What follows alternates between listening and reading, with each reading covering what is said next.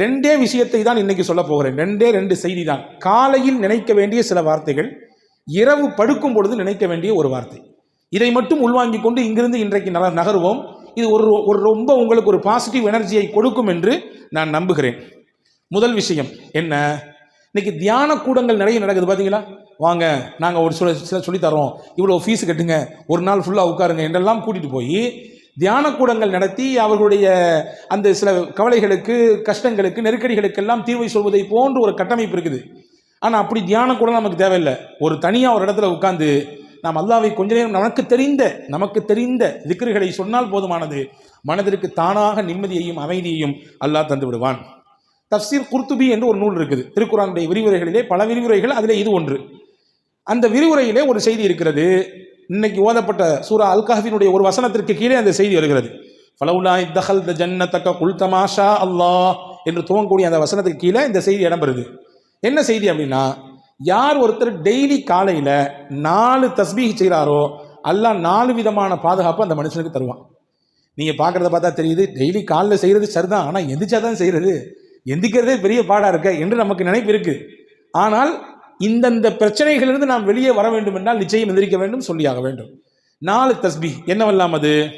முதல் விஷயம் என்ன, மனிதனுக்கு மிகப்பெரிய ஆபத்தை தரக்கூடிய வஸ்துக்களிலே ஒன்று கண்பாடு. கண் இருக்குல்ல, ஒருத்தர் பார்க்கக்கூடிய பார்வையினால பிரச்சனை வரும். நீங்கள் சொல்லலாம் கண்ணெல்லாம் சும்மாங்க, அதெல்லாம் யார் நம்புவா அப்படின்னு சொல்லலாம். ஹதீஸிலே வந்திருக்கிறது, சஹல் இப்னு ஹனீஃப் என்று சொல்லக்கூடிய ஒரு நபி தோழர், ரொம்ப பார்க்கறதுக்கு நல்ல வசீகர தோற்றம், பார்க்க ரொம்ப அழகா இருப்பார்.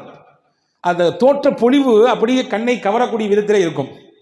அவர் ஒரு நாள் திறந்த வெளி குளியல் அறையில் நின்று குளித்து கொண்டிருந்தார். திறந்த வெளி குளியல் அறை, அந்த வழியாக ஒருத்தர் வந்தார். அவருக்கு பேர் ஆமிர் இப்னு ரபியா. அவரை பார்த்த உடனே இந்த மாதிரி ஒரு பேரழகரை நான் உலகத்தில் பார்த்ததே இல்லையே, இம்புட்டு அழகா இருக்கிறாரு என்று அப்படி ஏங்கி சொன்னார். சொன்னி முடிச்சது தான் தாமதம். குளித்து கொண்டிருந்த அந்த சஹல் இப்னு ஹனீஃப் என்று அப்படி பொத்துன்னு மயக்க மூடி கீழே விழுந்துட்டார். கீழே விழுந்தா மூச்சு பேச்சு இல்லை, எந்திரிக்க மாட்டேங்கிறாரு. இப்போ சுற்றி இருந்தவங்களாம் என்னெல்லாமோ செஞ்சு பார்க்குறாங்க, ஒன்றும் கதை நடக்கலை. நேராக தூக்கிட்டு ரசூல்லாட்ட போயிட்டான். யார் ரசூலுல்லா, குளிச்சிட்டு இருக்க தமான கீழே விழுந்துட்டாரு, ஒன்றும் மூச்சு பேச்சு இல்லாமல் கிடக்கிறாரு, என்ன ஆச்சு ஏதாச்சும் தெரியல. ரசூல்லா விசாரிச்சாங்க, என்ன நடந்துச்சுன்னு கேட்டாங்க.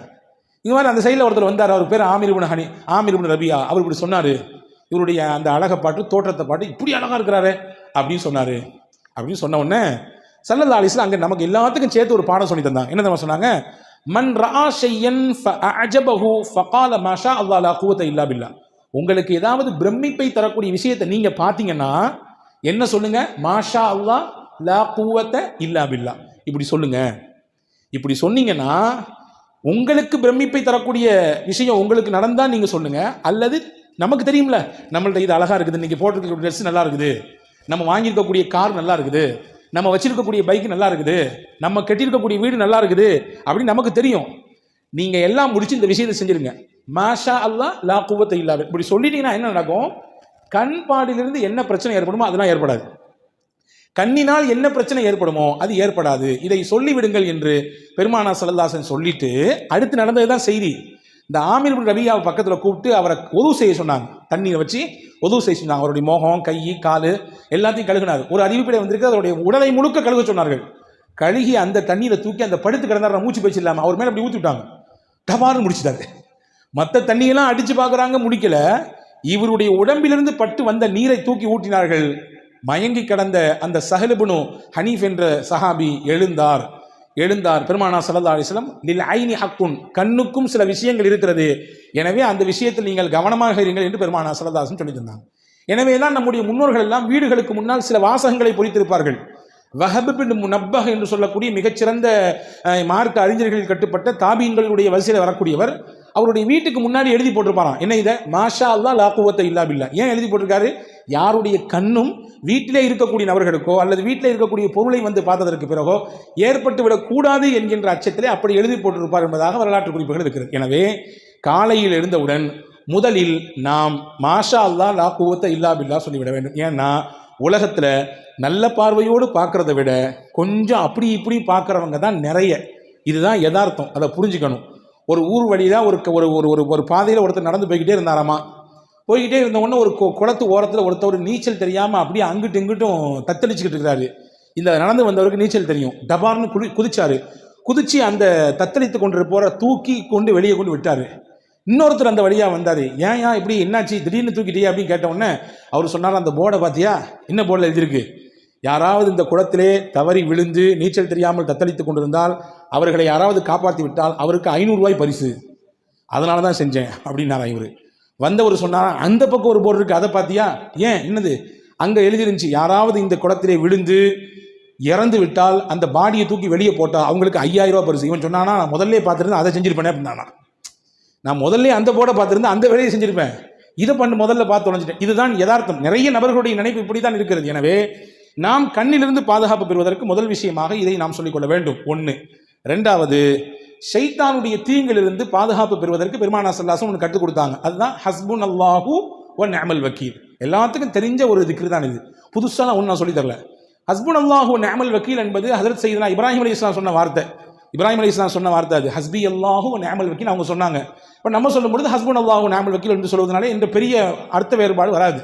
இதை சொல்ல வேண்டும். இப்படி சொன்னால் அல்லாஹ் ஷைத்தானுடைய தீங்கிலிருந்து அந்த நாள் முழுக்க அவரை பாதுகாப்பான். ஷைத்தானின் தீங்கு என்பது ரொம்ப ஆபத்தானது. ஹாரூன் ரஷீத் பாட்ஷா இருந்தாங்க ஒருத்தவங்க, ரொம்ப முக்கியமான மன்னர்களில் ஒருவர், ஜனாதிபதி. அவர் உமையாக்களினுடைய ஆட்சியில் முக்கியமான ஒரு ஜனாதிபதி, பெரிய பெரிய பரப்பளவை ஆட்சி செய்த மன்னர் ஹாரூன் ரஷீத் பாட்ஷா. ஒரு நாள் அவர் தூங்கிட்டு இருந்தார், காலையில் ஃபஜருடைய நேரம், அரண்மனையில் தூங்கிட்டு இருக்காரு. வெளியிலேருந்து அவர் பேரை சொல்லி யாரோ சத்தம் கொடுக்காங்க, ஹாரூன் ஹாரூன் ஹாரூன், எந்திரிங்க எந்திரிங்க, நேரம் ஆச்சு, ஃபஜர் தொழுங்கண்டு. இப்போ இந்த மன்னருக்கு ஆச்சரியம், நம்ம பேரை சொல்லி இவ்வளவு துணிச்சலாம் யாருப்பா கூப்பிட்றா அப்படின்னு சொல்லி வெளியே வந்து பார்த்தாங்க. ஒருத்தர் நின்னாரு, நீ யார், நீ இந்த நாட்டினுடைய மன்னர், நான் இவ்வளோ பெரிய பரப்பளவை ஆட்சி செய்யக்கூடியவன், என்னையை பார்த்து பேர் சொல்லி கூப்பிடுறிய, யார் நீன்னு கேட்டாங்க. அப்போ ஹாரூன் ரஷீத் பாட்ஷா சொன்னா, நான் தான் ஷைத்தான் அப்படின்னா. அவன், நீ எழுப்பி விட மாட்டியப்பா, நீ வந்து தூங்க தானே வைப்பேன், நல்லா தூங்கு, ஃபர்குது, இன்னும் நேரம் நிறைய இருக்குது, இன்னும் தூங்குன்னு சொல்கிற ஆள் தானே நீ, என்னை எழுப்பி விட்டுடி எப்படின்னு கேட்டாங்க ஹாரூன் ரஷீத் பாட்ஷா. அவன் சொன்னானம்மா, 2 நாளைக்கு முன்னாடி ஃபஜர் தொழாமல் நீங்கள் தூங்கிட்டீங்க, எந்திரிச்சு உட்காந்து ஃபஜர் தொழுகலையேன்னு சொல்லி வருத்தப்பட்டு அழுது அன்னைக்கு ஃபுல்லாக அல்லாட்ட மன்னிப்பு கேட்டீங்க. நீங்கள் ஃபஜர் தொழுதுருந்தா கூட இப்படி பெரிய நன்மை அல்லாஹ் உங்களுக்கு தந்திருப்பான் போல தெரியல, ஆனால் ஃபஜர் தொழாமல் அம்பிட்டு தூரம் அழுது கண்ணீர் விட்டு அல்லாட்ட மன்னிப்பு கேட்டீங்கல்ல, உங்களுக்கு நிறைய நன்மை அல்லாஹ் கொடுத்துட்டான் அப்படின்னு சொல்லிட்டு சைத்தான் சொன்னானா. அதனால தான் அது கிடைக்கக்கூடாது அப்படின்றதுக்காண்டி இது கிடைச்சா கூட பரவாயில்ல அப்படின்னு நினச்சி இந்த வேலையை செஞ்சேன் அப்படின்னு சொல்லி சைத்தான் சொன்னானா.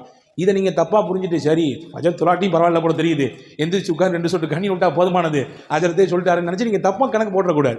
யதார்த்தத்தை சொல்கிறேன். ஷைத்தானுடைய நிலைப்பாடு எப்படி இருக்கும் என்றால், எப்படி ஒரு மனிதனை திசை திருப்பலாம், வழிகெடுக்கலாம் என்றே சிந்திப்பான். அப்போ அவனுடைய தீங்கிலிருந்து நாம் பாதுகாப்பு பெற வேண்டும் என்றால் டெய்லி காலையில் ஹஸ்புன் அல்லாஹு வ நிஅமல் வக்கீல் என்பதை ஓதிக்கொள்ள வேண்டும் என்று அறிஞர்கள் சொல்கிறார்கள். இது 2.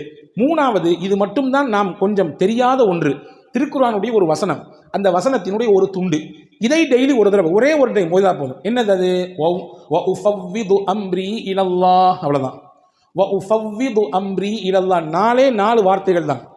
என்னுடைய மொத்த பொறுப்பையும் அல்லாஹ்விடத்திலே ஒப்படைத்து விடுகிறேன், இதுதான் இதனுடைய பொருள்.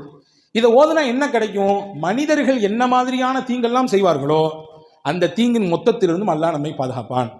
இதனுடைய இன்னொரு ரகசியத்தை சொல்றேன் கேட்டுங்க.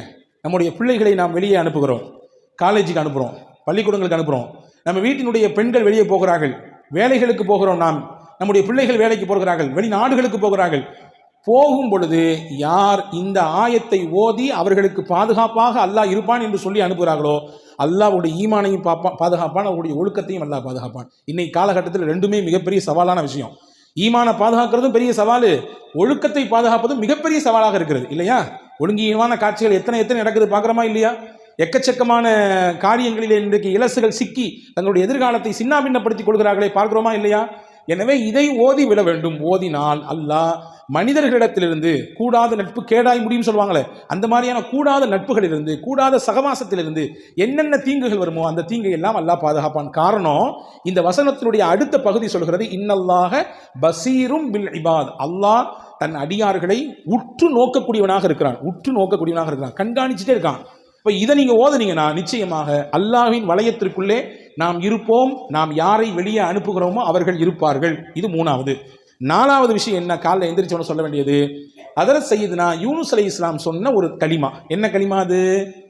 சொல்ல தானே நீங்கள் இருக்கிறீங்க, நீங்கள் சொல்லிதாங்க என்று நீங்கள் கேட்கறது புரியுது.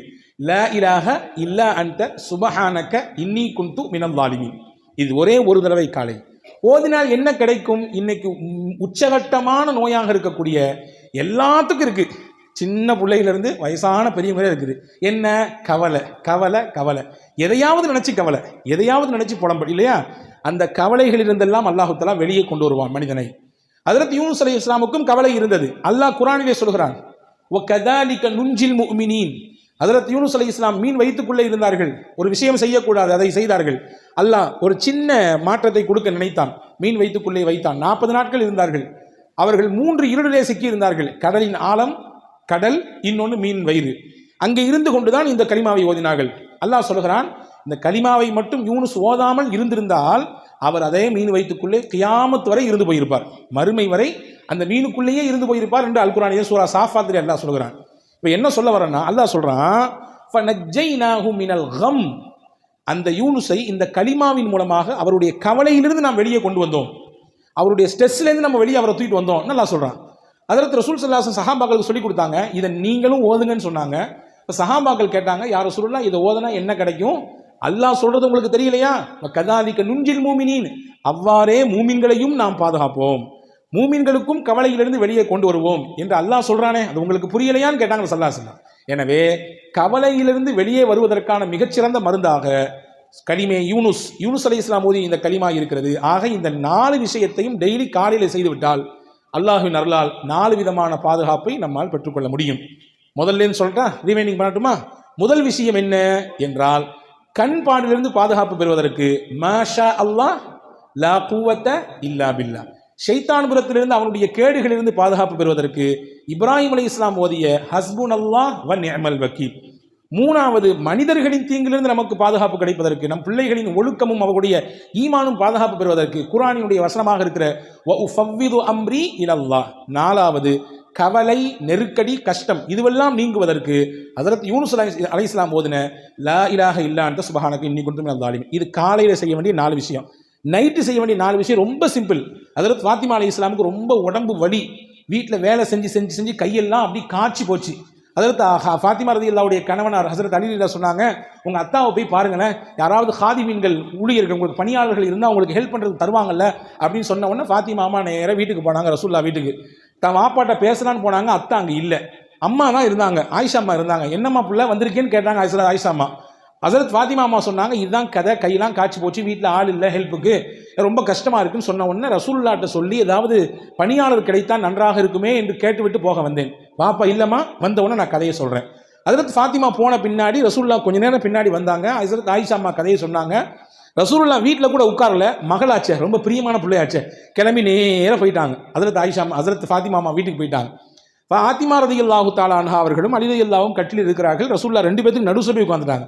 உட்கார்ந்துட்டு சொன்னாங்க, உங்களுக்கு பணியாளர் கேட்பதாக நீங்கள் கேட்டதாக வந்த செய்தி எனக்கு வந்துச்சு. நான் அதை விட சிறப்பான ஒன்றை உங்களுக்கு சொல்லித்தரேன். டெய்லி நீங்கள் இதை ஃபாலோ பண்ணீங்கன்னா உங்கள் உடலில் எவ்வளவு பெரிய களைப்பு இருந்தாலும், எவ்வளவு பெரிய சோர்வு இருந்தாலும், மனசில் எவ்வளவு பெரிய பாரம் இருந்தாலும், உடலுக்கும் மனதிற்கும் சேர்த்து ரசூலுல்லாஹ் சொன்னாங்க. வேலை செஞ்சு செஞ்சு உடல்லாம் டயர்டாக இருக்குது, அல்லது நீங்கள் ஏதோ ஒரு மன உளைச்சலில் போய் சுற்றிக்கிட்டே இருக்கிறீங்க, நைட்டு தூங்க வர்றீங்க, ஹஜ்ரத் ரசூல் ஸல்லல்லாஹு அலைஹி வஸல்லம் சொன்னாங்க, இதை செஞ்சீங்கன்னா 2 விதமான கவலையும் 2 விதமான பாரத்தையும் அல்லாஹ் போக்குவான். என்னெல்லாம் செய்யணும்? சுபஹானல்லாஹ் 33 தடவை சொல்லுங்க, அல்ஹம்துலில்லாஹ் 33 தடவை சொல்லுங்க, அல்லாஹு அக்பர் 34 தடவை சொல்லுங்க. இதுதான் உங்களுக்கு பெஸ்ட். எதை விட நீங்க கேட்டு வந்தீங்கல்ல பணியாளர் இருந்து உங்களுக்கு ஹெல்ப் பண்ணா கொஞ்சம் வேலை பளு குறையும் நினைக்கிறீங்க, அப்படித்தானே? வேலையில் கொஞ்சம் பளு குறையும், கொஞ்சம் ரிலாக்ஸாக இருக்கலான்னு இல்லை. உங்கள் வேலையை நீங்களே செய்யுங்க, உங்களுக்கு ஹெல்ப்பர்லாம் தேவையில்லை. எவ்வளவு பெரிய வேலை செஞ்சு நீங்கள் தயாரானாலும் வந்து நைட்டு படுக்கும்போது இதை ஓதிட்டு படுங்க.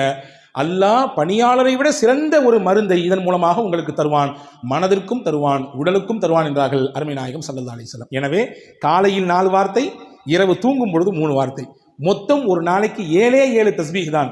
ஓதி பழகி பாருங்கள், நிச்சயமாக உங்களுக்கும் சேர்த்து என்னோடு சேர்த்து எனக்கும் நான் சொல்லிக் கொடுக்கிறேன், பெரும் மாற்றத்தை நம் வாழ்க்கையில் பார்க்க முடியும்.